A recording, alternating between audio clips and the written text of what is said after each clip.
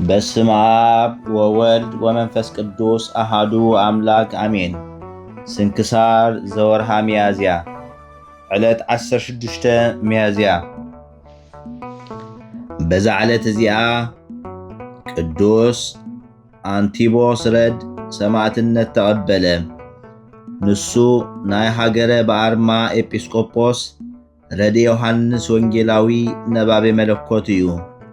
እዚ ቅዱስ እዚ ብዘመን ገማትያኖስ ወዲ አስባስያኖስ ነበረ። ንሱ እቲ ንኢየሩሳሌም ዘዕነዋ ንአይሁድ ዘጥፍኦም ኣብ መንግስቱ ካብ አይሁድ ወላ ሓደ ከም ዘይረአ ዝገበረ እዩ። ካብ ውሉድ መንግስቲ ንዝነበሩ ንብዙሓት ቀተሎም። ምክንያቱ ብዛዕባ ውሉዱን ብዛዕባ ነፍሱን ስለ ዝፈርህ እዩ። ንክርስቲያን ክርስቶስ አምላኾም ምስጋና ንዑ ይኹን። አምላኾምን ንጉሶምን መዋኤ ብርቱዕ እዩ። ንሳቶም ኣዝዮም ዓብይ ዘመድ ኣለዎም ክብሉ ሰምዐ እሞ ካብ ምእመናን ንብዙሓት ቀተሎም። ናብ ኢየሩሳሌም ልኢኹ ከዓ ንደቂ ይሁዳ ናብኡ ኣምጾም። ወዲ ዮሴፍ ኣብ ሮማ ተኣሲሩ ከሎ እዩ። ብዛዕባ መንግስቲ ክርስቶስ ምስጋና ንዑ ይኹን ምስ ሓተቶም ድማ ከምዚ ኢሎም መለስሉ። ክርስቶስ ደኣ ንጉስ ሰማይን ምድርን እንድዩ። ንሱ ኣብ ሰማይ ይነብር፣ ዳሕራይ ከዓ ንህያዋን ንሙታን ክፈርድ ክመጽእ እዩ። ንኹሉ ከዓ ከከም ግብሩ ክፈልዮ እዩ በልዎ። ንጉስ ነዚ ነገር እዚ ምስ ሰምዐ ኣጸቢቑ ፈርሀ። ነቶም ዘሸግሮም ዝነበረ ክርስቲያን ሓደጎም። ንቅዱስ አንቲቦስ ግና ንክርስቶስ ንኽኽሕዶ ኢሉ ምስጋና ንዑ ይኹን ብብርቱዕ ዓብይ ኩነኔ ኮነኖ።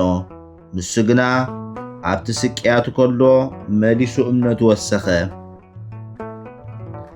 ኣብ ናይ ላሕሚ መጥበሲ ሓፂን ኣተውዎ፣ ብትሕቲኡ ሓዊ ኣጎድሉ። ኣብኣ ኮይኑ ድማ ምእንቲ ስሙ ሰማዕትነት ክቕበል ብቑዕ ንዝገበሮ ንእግዚአብሔር የመስግኖን ይውድሶን ነበረ። ካብኡ ንእግዚአብሔር ከምዚ ኢሉ ለመነ። ምእንቲ ኩሎም ስሙ ዝዝክሩ መዘከርትኡ ዝገብሩ ካብ ሕማም ነፍስን ስጋን ኣሕውዮም ኢሉ ለመነ፣ ጸለየ። ሰማዕትነቱ ኣብ ውሽጢ ናይ ላሕሚ ሓፂን ኮይኑ ፈጸመ። እቶም ካሓቲ ንስጉኡ ምስ ደርበይዎ ምእመናን ብዓብይ ክብሪ ኣልዒሎም ብመዝሙርን ብዝማሬን ዓጂቦም ከዓ ኣብ ቤተ ክርስቲያን አንበርዎ። ቅድም ኢሉ ኣብ ማእሰርቲ ከይኣተወ ከሎ ካብ ቅዱስ ዮሐንስ ወንጌላዊ መልእኽቲ በፂሕዎ ነበረ። ኣብቲ መልእኽቲ ከዓ ዝናዝዞን ዘጸናንዖን ኮይኑ ካህን እሙን ኣማኒ ሕያዋይ ጓሳ ሰማዕቲ ኢኻ ዝብል ነበረ።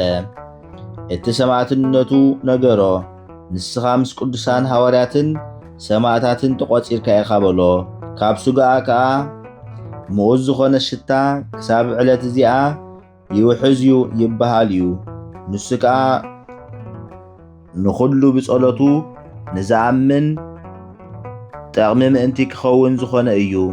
ጸሎቱን በረኸቱን ምሳና ይኹን ዘለዓለም ዓለም ኣሜን። ሰላም ለከ አንቲቦስ ረድ ዘወንጌላዊ ዮሐንስ ፍቁረ እግዚእ ውሳጤ ላሂመ ብርት ሩስን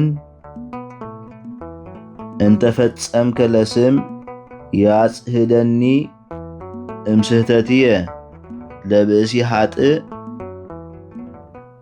እምበድነ ስጋከ ዘውህዘ ቅብ።